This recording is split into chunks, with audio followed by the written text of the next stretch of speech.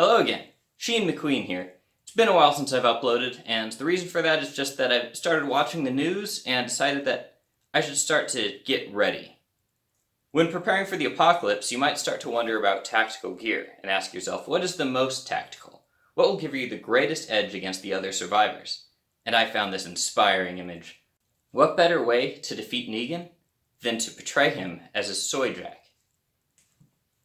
This style of optic is fairly simple to use. Its purpose is to appear in the direction your gun is pointing, regardless of your position relative to the gun. As you can see from this right-on red dot, the dot appears in the same place wherever we move the camera. This is achieved by reflecting the image on a specially curved lens. So the challenge for this project are going to be achieving that curvature and being able to project that image. Because I talked to a guy in a gun store, I know that the best optics are always the ones that adjust their brightness automatically. And because we're thinking in apocalypse mode, we're going to be designing our dimmer circuit from scratch. The principle behind a dimmer circuit is simple enough. You just turn the light on and off really fast, and by controlling the average on time, or duty cycle, you can control the brightness. So how are we going to achieve this? This is an op-amp, or an operational amplifier. This is going to be the core of our dimmer circuit. This here is the block diagram to represent the function. As you can see here, there are a bunch of regulators that go down to these. We have a multiple of that's allowed to flow. For our application, we're going to be using our op-amp as a comparator, which has a much more simple mode of operation. If the plus input is bigger than the minus input, it outputs high, it's positive power input. Otherwise, it outputs low, it's negative power. And because our specific op-amp here can go to its negative rail, that makes things a lot simpler. So what happens if we put a comparator in this context? We're going to have to break this down a little bit. You can see I have a bunch of resistors and a capacitor here. The quick rundown for a capacitor is that it's like a water tank for electricity. If you imagine that the voltage is the height of the water level, then the capacitance is like the width of your water tank. Meaning that if you limit the flow of electricity, which is literally what a resistor does, then you're going to limit how fast that water tank can fill up. That's exactly what we're using it for here. See this resistor and capacitor in this setup means that if we change the output of the comparator, then the change of the inverting input is going to lag behind that change, and that's going to give us our oscillation. But let's look at the behavior of the plus input. Well, this resistor setup here is dependent on that output, and that's going to be an instant change once our output changed its state. It also means that so when output's high, these are going to be linked together, and our voltage divider is going to bring us high, but not quite to our input voltage. And similar, if this goes low, then that means that these two act in that way. We have this parallel circuit to ground, and that's going to pull our voltage low, but not quite to ground, so we're going to have this margin. So let's see what happens when we start up our circuit. We can imagine that our capacitor starts at 0. So once we begin, the plus input's already bigger than the minus input. This output's high, meaning that we're going to start charging that capacitor. Eventually, that capacitor's going to pass that top margin, which means that our output state's going to change. So the plus input goes down, and then the minus input starts discharging. The capacitor starts flowing current backwards through our comparator. And then, eventually, this drains down to our minus margin.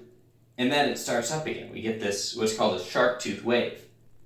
And now, what does a shark tooth wave let us do? Well, if we can set up another comparator, we can choose a reference voltage that will then control how much of this wave is high, counts as a positive output, and how much is low, counts as like 0. So what's our reference voltage? Well, because we want this to be an automatic dimmer, we just need something that's photosensitive.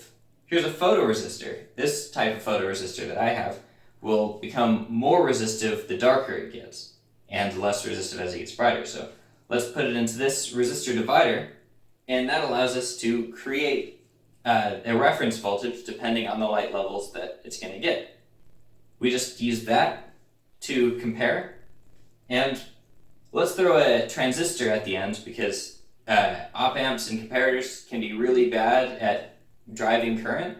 So if we use a transistor to drive our LED, then we have our circuit here. So now you might wonder, what values do we need for all these resistors and capacitor components to make the effects that we want? You figure it out. I'm getting out of here. Here's the fully functional circuit. As I put my finger over this photoresistor, you can see that the LED dims. And in terms of the PWM, this is what that looks like. And if I supply this with a light... Alright, so that's enough nerd shit. None of this is going to be useful at all if we don't know how to use the tools that we're applying this to. So let's go out to the range and start training.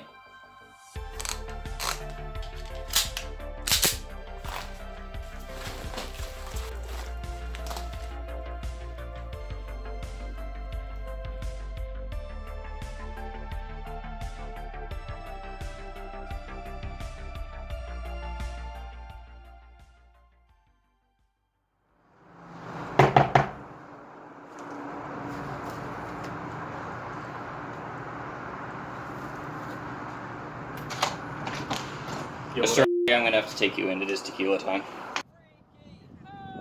Freaky! Howdy! Freaky! Howdy! Freaky! Howdy! Ooga! Ooga! Ooga! Ooga! Alright, I'm here with my boy Gray Man and the prep. We're gonna do some real training today.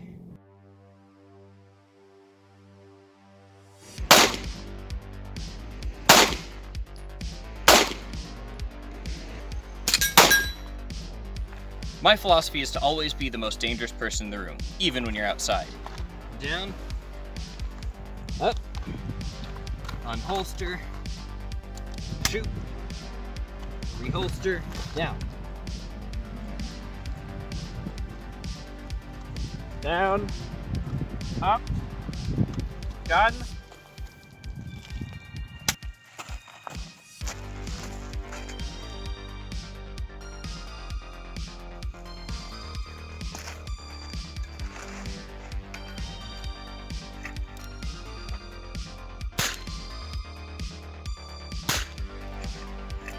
Here's some advice. Decoy, open carry. You picked my pocket? Too bad that gun's not loaded.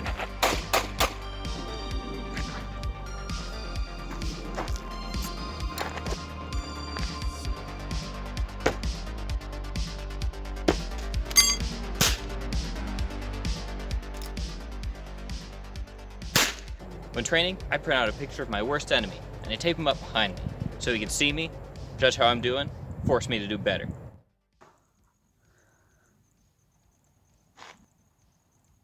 I know you were. Shut up.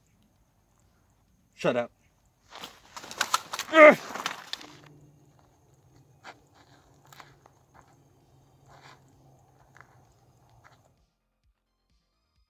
So now what curvature do we want for the lens? Well, I'm not an expert here. In fact, I know very little, but I do know how to use Blender. And using Blender, I ran a simulation and showed that a sector of a sphere should be close enough.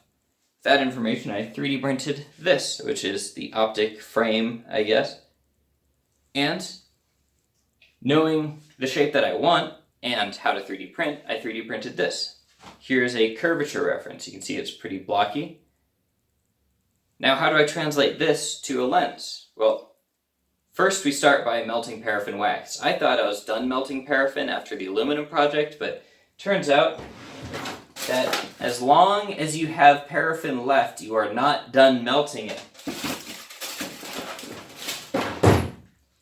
Disgusting. I melted some paraffin onto the curvature reference and used that to smooth out these edges, and then poured some paraffin and then gently wrapped this in plastic wrap and dipped it in to imprint this curvature onto my little wax molds. Once I was done with that, it's time for another familiar substance, plaster of Paris, which I then used to make a heat-resistant curvature reference, and then melted the wax away in my toaster oven because my life is very repetitive, it seems. After melting off all the paraffin, it was time to learn to vacuum form plastic.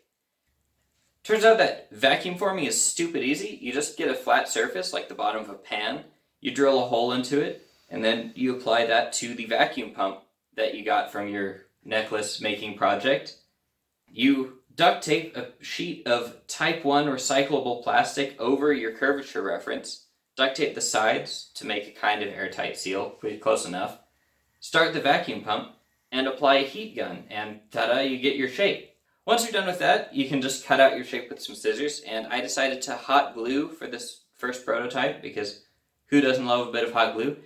So how do we project the shape? This is the simplest part, I think. I decided to print the image onto a transparency, and then tape that onto my LED. I had to use some nail polish on the back of the LED so the back wouldn't outshine the front of the LED. And here's the result. It's not super impressive, but this is just a first prototype. So let's go ahead and take it out to the range and see how it does. It's not bright enough to really see, so we are going to be putting sunglasses at the other end of this, and hoping that that's enough to fix that.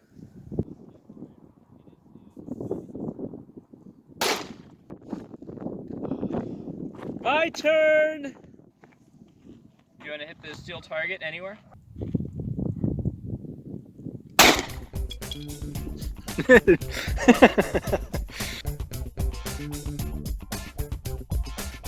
Help us. He's forcing us to record right now, and it's terrible. God! Oh, that was like a Fabio. We did some serious training today. The brightness isn't all where we want it to be, so we are going to... Is anything where we want it to be? I mean, the 3D printed part fits pretty snug onto the gun, so... Yeah. Take that. We take W's where we can. Can you see anything? They're double polarized. The phone's black. Don't worry about it. All right. We have a blind cameraman. We're blind and deaf, but we're good. Oh, How do Lord. you turn on your wonderful little contraption? It's already on. It is. That's as on as it gets.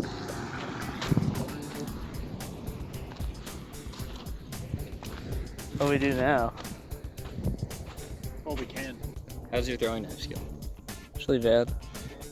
If it's anything like the throwing axe. Yeah, better. Nice. All right.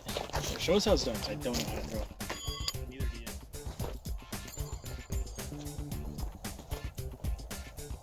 Throw it or don't. I'm thinking of that. Oh, he did it! You gotta get both of us shaking our head now. This Oh, ain't it's it. focusing. Yeah, there.